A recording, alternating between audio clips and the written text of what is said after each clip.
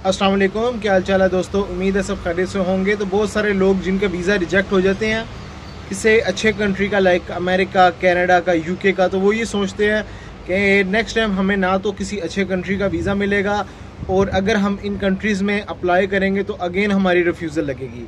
बहुत सारे लोग जिनकी पासपोर्ट पे स्टैंप लग जाती है वो इस चीज़ से परेशान होते हैं, घबराते हैं कि यार हमारा पासपोर्ट ख़राब कर दिया स्टैंप लगा के, तो अब नेक्स्ट टाइम किसी भी कंट्री का अप्लाई करेंगे, इवन स्ट्रॉन्ग कंट्री का ना भी अप्लाई करें तो बैड इंप्रेशन पड़ेगा। तो मैं सबसे पहले एक चीज़ बताता हूँ, ये जो स्टैंप्स होती हैं या फिर रिफ्यूज़ल होती हैं, इनसे कभी भी घबराना नहीं चाहिए। ये वीज़े का एक पार्ट है। सम टाइम रिजेक्शन लगती है और बहुत सारे लोग इस रिजेक्शन को छुपा भी जाते हैं। मैं लाइक अमेरिका की बात करता हूँ, किसी अच्छे कंट्री की बात करते हैं, तो जब रिफ्यूज़ल लगती है किसी कंट्री की तो वो स्टैंप नहीं लगाते हैं, तो लोग छुपा जाते हैं और बताते नहीं हैं कि यार हमारी स्टैंप्स लगी थी या रिफ्यूज़ल लगी हैं। बाज़-औक़ात लोग जो पासपोर्ट है वो फिनिश कर देते हैं, नया पासपोर्ट बनवा लेते हैं और मेंशन नहीं करते हैं, इसी वजह से, क्योंकि वो ये समझते हैं अगर हमने बता दिया तो रिफ्यूज़ल दोबारा लगेगी। मैं आपको अपने फ्रेंड की यहाँ पे एग्जांपल देता हूँ। मेरा फ्रेंड अमेरिका की रिफ्यूज़ल, कनाडा की रिफ्यूज़ल, यूके की रिफ्यूज़ल, अच्छा कोई भी कंट्री उसने ट्रैवल नहीं किया। उसने सिर्फ थाईलैंड और अज़रबैजान और उसके बाद सऊदीया, एक दो कंट्रीज इस तरह के छोटे छोटे कंट्रीज उसने ट्रैवल किए हुए थे। रिफ्यूज़ल थी, मुझसे उसने पूछा कि यार मैं इस तरह कंट्रीज ट्रैवल किए हैं, और उसके बाद उसको नेदरलैंड्स का वीज़ा मिला। इन रिफ्यूज़ल्स के बाद उसको 3 रिफ्यूज़ल, फिर 3-4 ट्रैवल छोटे छोटे कंट्रीज़ के, फिर डायरेक्ट नेदरलैंड्स का वीज़ा अप्लाई किया, मिला वीज़ा, लेकिन ड्यू टू कोरोना नहीं ट्रैवल कर पाया।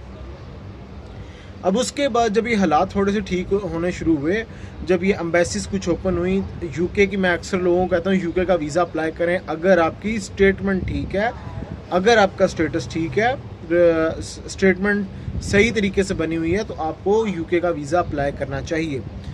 मैंने जब ये बात कही तो मेरे फ्रेंड ने मुझसे कॉन्टेक्ट किया, मुझे बोला कि मुझे अप्लाई करना चाहिए या नहीं करना चाहिए, सिर्फ मशवरा लिया, और मैंने उसको अच्छा मशवरा दिया और कहा कि आपको यूके का वीज़ा अप्लाई करना चाहिए, बावजूद इसके कि आपकी अमेरिका की भी रिफ्यूज़ल है, कनाडा की भी रिफ्यूज़ल है, यूके भी रिफ्यूज़ हो चुके हो, और को एक दो कंट्री शायद और रिफ्यूज़ल होंगे उनकी, तो आपको करना चाहिए। तो उन्होंने मेरे कहने पे वीज़ा अप्लाई किया और उनका वीज़ा लग के आया। 15 दिन बाद उनको वीज़ा लगा, क्योंकि उनका स्टेटस यहाँ पे ठीक था और स्टेटमेंट वगैरह भी ठीक थी। अगर वो इसी सोच में रहते कि अगर मैं दोबारा अप्लाई करूँगा तो मेरा नहीं लगेगा, तो कभी भी उनका वीज़ा नहीं लगना था। अभी भी उनका वीज़ा वैलिड है। इसी तरह कुछ और लोग, बड़े फेमस लोग भी हैं, जिनकी 15-15, 16-16 बाद अमेरिका की भी रिफ्यूज़ल लगी है, लेकिन उसके बाद उन्होंने अमेरिका का वीज़ा भी गेट किया और पाकिस्तानी पासपोर्ट पे काफ़ी कंट्रीज़ में ट्रैवल किया। देखें, अगर रिफ्यूज़ल लग जाती है उसका मतलब ये नहीं है बैन हो गए हो, उसका मतलब ये है कि नेक्स्ट टाइम आप अच्छे डॉक्यूमेंटेशन के साथ अप्लाई करें, क्योंकि जब आप उनको प्लान दे रहे होते हैं, या तो आपके ट्रैवल प्लान में थोड़ी मिस्टेक आ रही होती है, या आपकी बैंक स्टेटमेंट में इशू आ रहा होता है, या उनको ये यकीन नहीं होता कि आपने उनका कंट्री लीव कर देना आफ्टर विजिटिंग। मैं आपको एक चीज़ बताऊँ, उनको कैसे शो करवाना कि हम आपका कंट्री लीव कर देंगे, हम जेन्युइन टूरिस्ट हैं। देखिए दोस्तों, अगर आप ट्रैवलर हो, 2-3 कंट्रीज़, 4-5 कंट्रीज़ के आपने ट्रैवल किए हुए हैं, यहाँ से पता चलता है कि यार वाकई बंदा जेन्युइन टूरिस्ट है, और प्लस इसकी जो स्टेटमेंट है वो इस काबिल है कि वहाँ पे जाके सर्वाइव कर लेगा। 10-15 दिन या 20 दिन, जितने भी दिन इसने वहाँ पे जाके रहना है, आसानी से ये सर्वाइव कर पाएगा। स्टेटमेंट अच्छी, उसके बाद आपका यहाँ पे स्टेटस अच्छा। अब ऐसा नहीं है कि अगर आप लेबर प्रोफेशन में हो, लेबर प्रोफेशन के भी वीज़ा लगते हैं, लेकिन वो सिनेरियो डिफरेंट हो जाता है। मैं रिफ्यूज़ल की बात कर रहा हूँ। अच्छा, अगर कोई लेबर प्रोफेशन में है और उसकी सैलरी भी इतनी ठीक नहीं है, आप कनाडा का वीज़ा अप्लाई करते हैं, तो उनके जहन में यही आएगा सीधा कि यार इस बंदे ने कनाडा जाना है, अमेरिका या ऑस्ट्रेलिया, किसी भी कंट्री में जाना है और वापस नहीं आना, क्योंकि इसका स्टेटस यहाँ पे ऑलरेडी अच्छा नहीं है। इसका मतलब ये है कि इसने वहाँ पे जाके काम करना। अगर आपका स्टेटस अच्छा है, अच्छे वीज़ा लगे, मैं मैनेजर, अकाउंटेंट, उसके बाद सेल्स एग्जीक्यूटिव या फिर चीफ क्लर्क, ये जो वीज़ा हैं ये अच्छी कैटेगरी के होते हैं अगर इसमें वीज़ा आपका लगा हुआ हो। और उसके बाद एक चीज़ बड़ी मैटर करती है कि आपने कितने साल यूएई में स्पेंड किए, एक कंपनी के अंदर कितना आपने टाइम दिया। देखें, अगर आप एक कंपनी के अंदर काफ़ी टाइम गुजार रहे हो, 2-2, 3-3 वीज़ा, 4 वीज़ा मुकम्मल कर रहे हो, 2-3 वीज़ा, इसका मतलब है कि आप सिंसियर हो अपनी जॉब के साथ। आप कभी भी इस तरह के, उनके जहन में यही आएगा कि आप वहाँ पे जाके स्लिप नहीं होगे। क्यों? एक कंपनी के अंदर आप 4-5 साल से काम कर रहे हो, 2-3 वीज़ा लगे हुए हैं, आपकी सैलरी वहाँ पे अच्छी आ रही है, डेजिग्नेशन आपकी ठीक है, तो क्या ज़रूरत है आपको किसी कंट्री में जाके ओवरस्टे होने की, वहाँ पे मजदूरी करने की।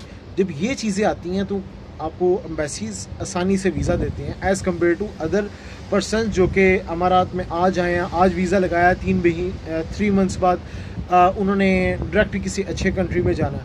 तो ये जो रीज़न्स होती हैं ये आपकी रिफ्यूज़ल की तरफ जाती हैं। रिफ्यूज़ल लगी आपकी, घबराना नहीं है, परेशान नहीं होना, अगेन अप्लाई करो। अगेन रिफ्यूज़ल लगी है, अगेन अप्लाई करो। लेकिन ये चीज़ देख लो हमारी रिफ्यूज़ल क्यों लग रही है। कुछ कंट्रीज़ आपको रीज़न देती हैं, कुछ कंट्रीज़ रीज़न नहीं देती हैं। जो कंट्रीज़ आपको रीज़न देती हैं लाइक यूके है, वो रीज़न लिख के देती है कि हम इस वजह से रिफ्यूज़ कर रहे हैं। नेक्स्ट टाइम उस चीज़ को आपने ठीक कर लेना और अगेन वीज़ा अप्लाई करो, आप अप्लाई करो और आपका वीज़ा लगेगा। अब ऐसे कंट्रीज़ जो कि रीज़न नहीं बताते हैं लाइक जापान हो गया, कोरिया हो गया, और काफ़ी कंट्रीज़ हो गए जो कि रिफ्यूज़ल की रीज़न्स नहीं बताती, उसमें आपको खुद जज करनी पड़ती है, खुद ढूंढनी पड़ती है रीज़न्स। अब रीज़न कैसे ढूंढनी है? देखें, सबसे पहले अपना वीज़ा प्रोफेशन चेक करना। वीज़ा प्रोफेशन ठीक है, उसके बाद चेक करना है कितने अरसे से आप मुकीम हो अमारात में, यूएई में, ये चीज़ चेक करनी है। अगर पता चल गया यार मैं 2 साल से यहाँ पे मुकीम हूँ और मेरा वीज़ा प्रोफेशन भी अच्छा, फिर आपने 3rd नंबर पे ये चीज़ चेक करनी है कि मेरा वीज़ा एक्सपायर कब हो रहा है। ऐसा तो नहीं है कि मैं आज अप्लाई कर रहा हूँ और 2 महीने बाद मेरा वीज़ा एक्सपायर हो रहा है। अगर ऐसा है तब भी रिफ्यूज़ल की रीज़न है। 6 महीने कम से कम आपने रखना है, 6 महीने तक, यानी कि आपका वीज़ा वैलिड होना चाहिए। उसके बाद आपने देखनी कि मेरा बैंक बैलेंस ठीक था या नहीं था। आपका बैंक बैलेंस भी सही था, वीज़ा स्टेटस भी ठीक था, यहाँ पे काफ़ी अरसे से भी मुकीम थे और सब कुछ ठीक था। फिर आपने नंबर 4 पे देखना कि मैं जेन्युइन टूरिस्ट इनको लगा या नहीं लगा।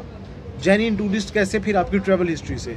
सम टाइम विदाउट ट्रैवल हिस्ट्री मिलता है, सम टाइम आपको ट्रैवल हिस्ट्री के साथ जाना पड़ता है, वो आपको शो करवाना पड़ता है कि आप जेन्युइन टूरिस्ट हो। फिर आपने क्या करना, फ़ौरन वीज़ा अप्लाई नहीं करना। लाइक आपको फिर 1-2 कंट्रीज़ ट्रैवल करने हैं, छोटे छोटे कंट्रीज़, ज़रूरी नहीं बड़े कंट्रीज़ में आप जाओ। ये एशियन साइड पे चले जाओ, तुर्की वाली साइड पे चले जाओ, रशिया वाली साइड पे, साउथ अफ्रीका वाली साइड पे, ये आप ट्रैवल करो और अगेन आप चांस लो। ठीक है, ये खुद एनालाइज करना आपको। सम कंट्रीज़ होते हैं जो स्टैंप लगा देते हैं पासपोर्ट पे, 6 मंथ तक आप अप्लाई नहीं कर सकते। लाइक जापान कहता है आप 6 मंथ से पहले वीज़ा अप्लाई नहीं करें। क्यों? वो कहता है कि आपके जो सर्कमस्टांस हैं वो 6 महीने में कैसे चेंज होंगे। 6 महीने तक आपको चेंज करने में लगेंगे अपने सर्कमस्टांस, तो तब भी आप अप्लाई कर सकोगे। अमेरिका कहता है वेरी नेक्स्ट डे आप अप्लाई कर सकते हो। इस तरीके से कुछ कंट्रीज़ आपको 6 मंथ का कह देते हैं, कुछ वेरी नेक्स्ट डे। तुर्की की जहाँ तक बात रही वो आप वेरी नेक्स्ट डे भी अप्लाई कर सकते हो। तो दोस्तों ये एक वीडियो थी, नेक्स्ट वीडियो में मिलेंगे नए टॉपिक पे। ख्याल रखें अपना, टेक केयर, अल्लाह हाफिज़।